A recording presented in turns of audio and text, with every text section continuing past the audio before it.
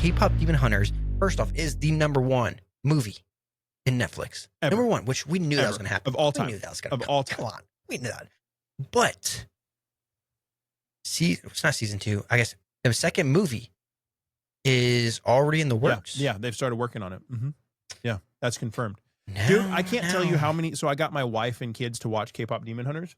I can't tell you how many times we've watched it now. My children love it. Dude, it was on CNN. They're going around and they're trying to figure out, why is this so popular? Have you seen the movie? Yeah. just watch it. It's not that hard.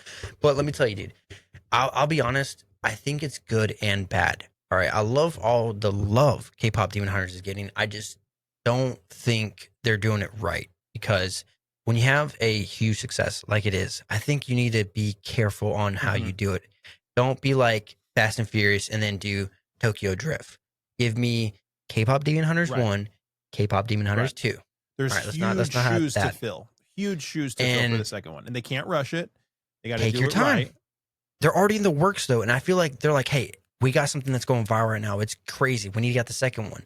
Now, when it came from from season 1 of Squid Games to season 2 of Squid Games, I think they did a pretty good job. Now, I know they were trying to rush that, but when it came from season 2 to season 3, they definitely rushed it. And I feel like it kind of was a little lackluster in it.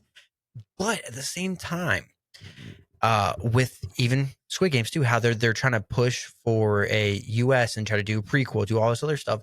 I think it's a cash grab. And I feel like K-pop Demon Hunters is going to do the exact same thing. It's popular. It's the best thing out there. And it really is. And I have no problems with it. I think as long as they stay true to their roots, they'll be fine.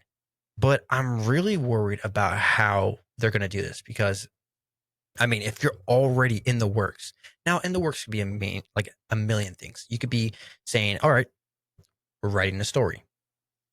We're voice acting, like what happened to Jujutsu Kaisen. We're already doing the voice actors. We're starting the animation. There could be anything in the works. Could be so vague.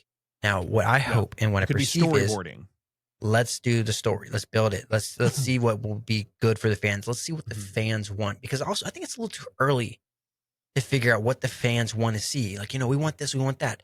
I mean, if I'm being honest, I feel like, if they're going further and they're doing continuation, give me more of a backstory of, That's what I want. I want Zoe. Backstory. Yes. I want backstory. Like, it can be of them. It can be of their training arc, right? It doesn't need to be a prequel, though. Yeah. I want just tell me more about them. Let me get to know them more, because everyone already loves them. Okay, let me understand them now. Well, because one person pointed this out too, is that with Zoe, the reason why she raps in English is because when she grew up in the US. She grew up in California. So that right there is just easier to her. And I'm like, when I heard that, I was like, that makes more sense. So her rapping in English, because you don't ever hear her really rapping in Korean. Yeah. I'm like, that makes a lot of sense. So stuff like that, when we're having to dig this out, because like it's just presented to us. How about let us hear you say this is what it really is, because right now it's all speculation. That could be it, but if that's true, it makes total sense.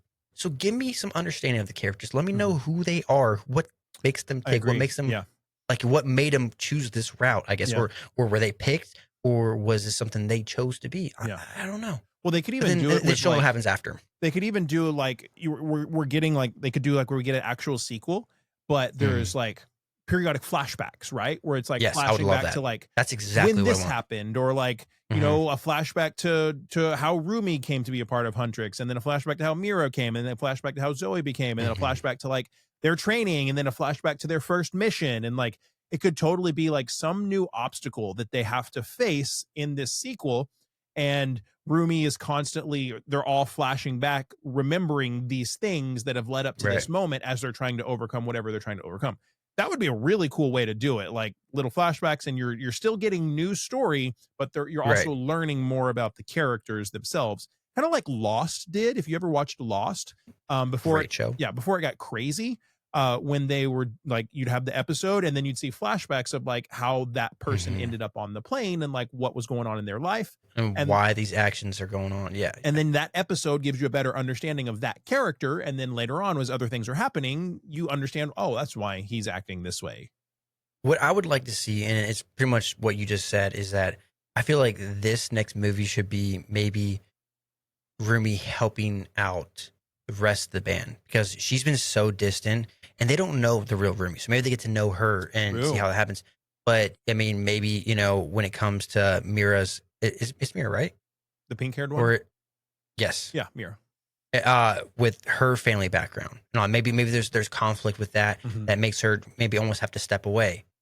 Maybe the band might have to break up or something like that. Or and then stuff with Zoe's past too. And also like instead of like Rumi was like, you know, she's trying to fix it and try to be the leader, maybe she realizes, hey, you know, it's not me being the leader, it's all of us have a room to, you know, build off of this potentially. Maybe all of us are Huntrix instead of just because you see how they've always had a leader. So I think they might try to break through that ice and just realize, hey, Rumi was set back. She had to be the face of it. Maybe she has to take a step back and like, hey, this is who I really am. Y'all need to understand who I am. We're a team, and not yes, but at the same time, what's happening on her team is driving them apart though, and then maybe try to build them back. And to me, that kind of give us a little insight of their past and their backgrounds, and also when Rumi's reintroducing herself, she can kind of like, you know, you can kind of see some flashbacks, and then when also you're seeing maybe how they first met and how like, you know, Rumi, all the happiness, but then you can see the bad side of Mira, the bad side of Zoe, what caused them to be so reserved, because we only know with Rumi's. Yeah. So I want to know theirs. True. And what would cause their patterns? Yeah. What would cause, you know, to oh man, I'm forgetting his name right now. Gima. What caused Gima to get in their head? I want to know that. What made him tick? Yeah. Yeah. It'll be interesting once they give us the first time they give us any information on like anything. Like, yeah. Like I said, they've got, but take your time. Yeah. Take your time. I would prefer it to be 2-3 more years for them to take their time and do it right, rather than to rush out a subpar product. And then you're like, man, it falls into the trap that so many sequels fall into. It's never as good as the first. I'd like it to be just as good and just as enjoyable. And I think a lot of people would too. And like 100%. These voice actresses that are the voices of them and the singers that are the voices of the singing, like their lives are forever changed. Like you can just see on their faces because they're doing press tours and stuff. And in these interviews that they're just like, it's just unbelief that this is happening. Like they've worked so hard for it. And you can just see almost not really a relief, but kind of like an astonishment of like a whole lifetime of working hard. And then something finally took off and like hit. My favorite part is seeing the female voice actors and how their personalities kind of match their actual characters. I think they did a great job. First off, having the harmonization of everyone, because they took multiple different actual actors. Because my wife showed me a video of where their real bands are from, or what they're known for originally before K-pop Teen Hunters, and you can hear how they sound a lot. But then I feel like this movie found a way to bring out the best in all of them. I mean, when you hear the Saja boys individually, I'm like, okay, they sound good, but when you hear them all together, I'm like, how did they do that? How?